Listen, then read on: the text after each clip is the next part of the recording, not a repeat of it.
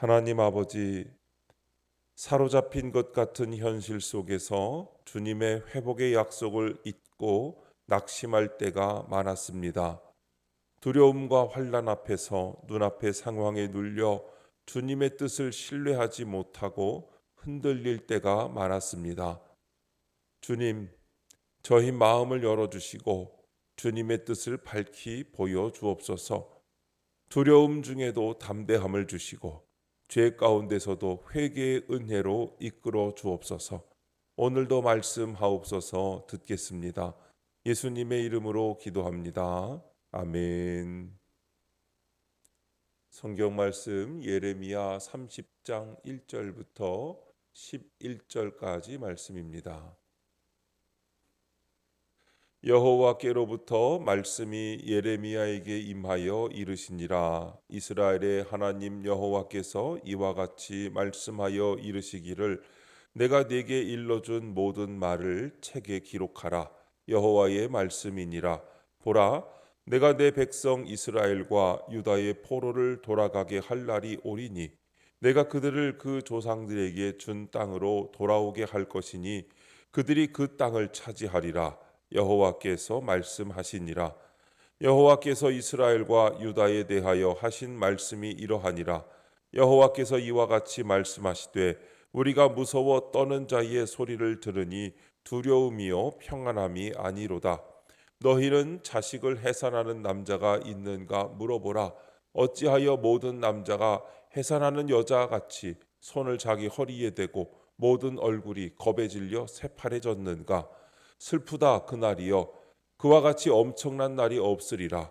그날은 야곱의 환난의 때가 되미로다. 그러나 그가 환난에서 구하여 냄을 얻으리로다. 만군의 여호와의 말씀이라.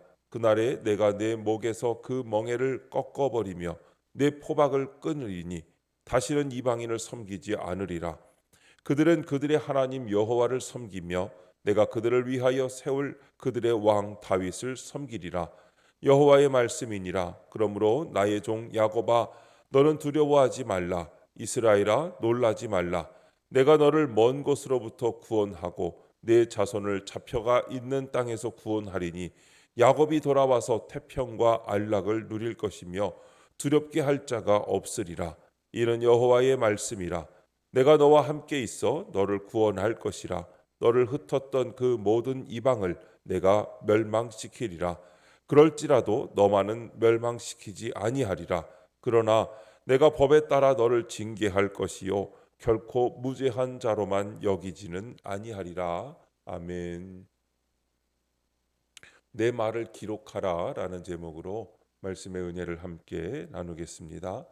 본문 요약입니다. 하나님이 예레미야에게 이스라엘과 유다의 회복에 관해 일러주는 말을 책에 기록하라고 하십니다. 그들을 환난에서 구해내시고 그들이 여호와를 섬기게 될 것을 약속하십니다. 또한 그들을 괴롭혔던 이방을 멸망시키시고 이스라엘이 태평과 안락을 누리게 될 것을 말씀하십니다. 첫 번째, 그 땅을 차지하리라. 1절부터 3절까지 말씀입니다. 하나님은 예레미야에게 내가 이른 모든 말을 책에 기록하라고 명하십니다. 이는 말씀하신 그대로 이루시겠다는 하나님의 확고한 의지 표명입니다. 약속의 말씀대로 때가 되면 바벨론에 잡혀간 백성과 그 후손이 조국으로 돌아와 그 땅을 차지하게 될 것입니다. 이처럼 70년 후에 이 일을 이루시고 포로들을 돌아오게 하실 분은 바로 하나님입니다. 하나님은 나에게 사로잡히는 사건을 허락하기도 하시지만 결국 회복하게 하십니다. 적용 질문입니다. 나는 사로잡힌 환경에서 하나님이 회복시켜 주실 것을 믿습니까? 그 상황에서 내게 주신 약속의 말씀은 무엇입니까? 우리의 삶에도 때로는 포로된 것 같은 현실이 있습니다.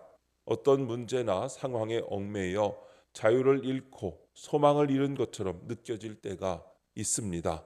그러나 하나님은 그 모든 상황을 알고 계시며 반드시 회복의 길을 예비하고 계십니다. 중요한 것은 내가 지금 그 사로잡힌 환경 속에서도 하나님의 회복의 약속을 믿고 있는가입니다.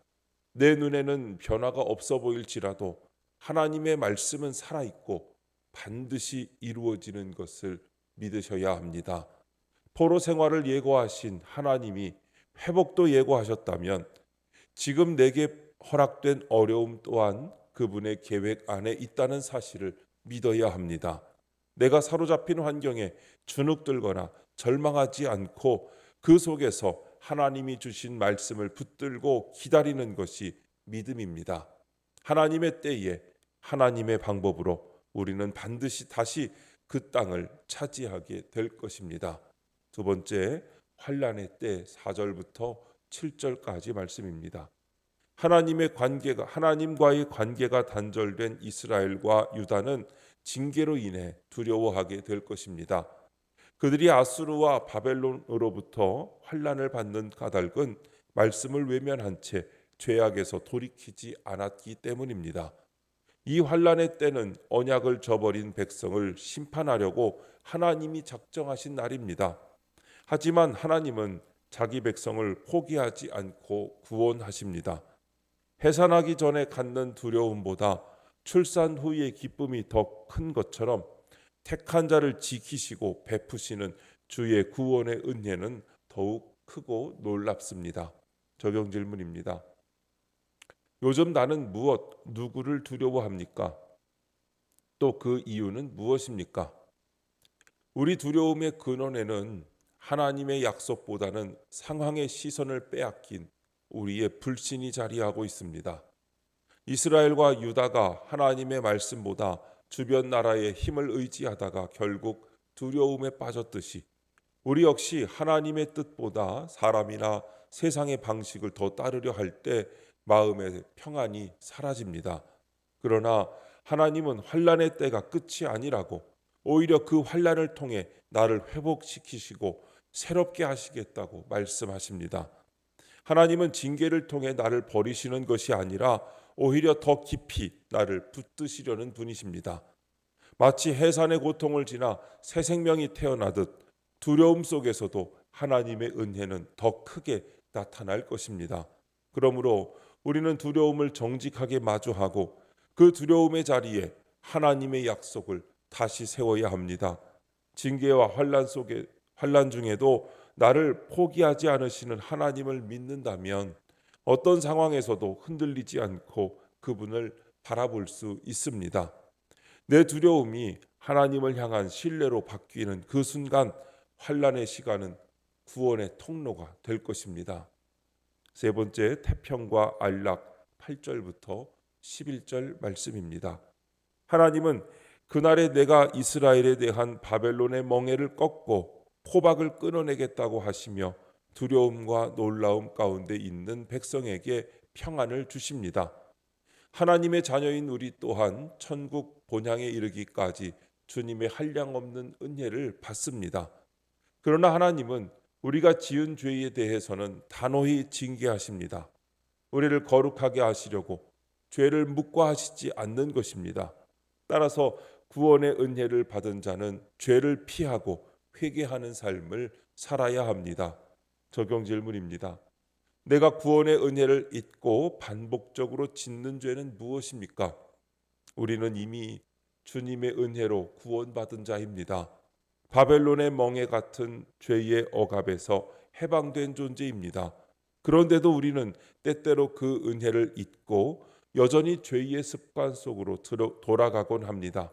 반복적으로 짓는 죄, 예를 들어 말과 생각으로 짓는 죄, 영혼에 대한 무관심, 자기중심적인 판단, 용서하지 못하는 마음, 은밀한 욕심과 시기, 게으름, 이런 죄들이 우리 안에서 자리를 잡고 있습니다.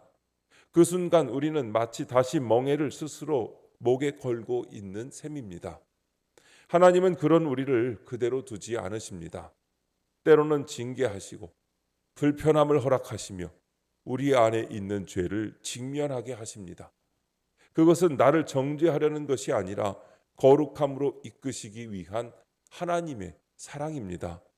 하나님의 은혜는 값싼 평안이 아니라 죄를 직시하고 회개로 나아가는 용기를 주는 은혜입니다. 오늘도 하나님의 말씀을 통하여 내 죄를 바라보고 회개하며 하나님께서 주시는 평안함과 위로 속으로 들어가서 주님이 주시는 평안과 위로를 누리며 여러분의 삶 가운데 기쁨이 충만해지시기를 주님의 이름으로 축원합니다. 기도하겠습니다. 하나님 아버지, 사로잡힌 환경에서도 약속의 말씀을 주시는 주께 감사를 드립니다. 저를 두렵게 하는 사람과 사건 앞에서 저의 교만과 죄를 깨닫고 돌이키게 하옵소서. 주님으로 인해 태평과 안락을 누리며 육신의 부모님에게도 그 은혜를 전하게 하옵소서. 주님, 이 시간 주님께 기도하는 성도의 기도 가운데 함께하여 주시옵시고 주님의 세미한 음성을 들려주시며 그 선하신 손길로 붙들어 주시옵소서. 우리 주 예수님의 이름으로 기도드립니다. 아멘.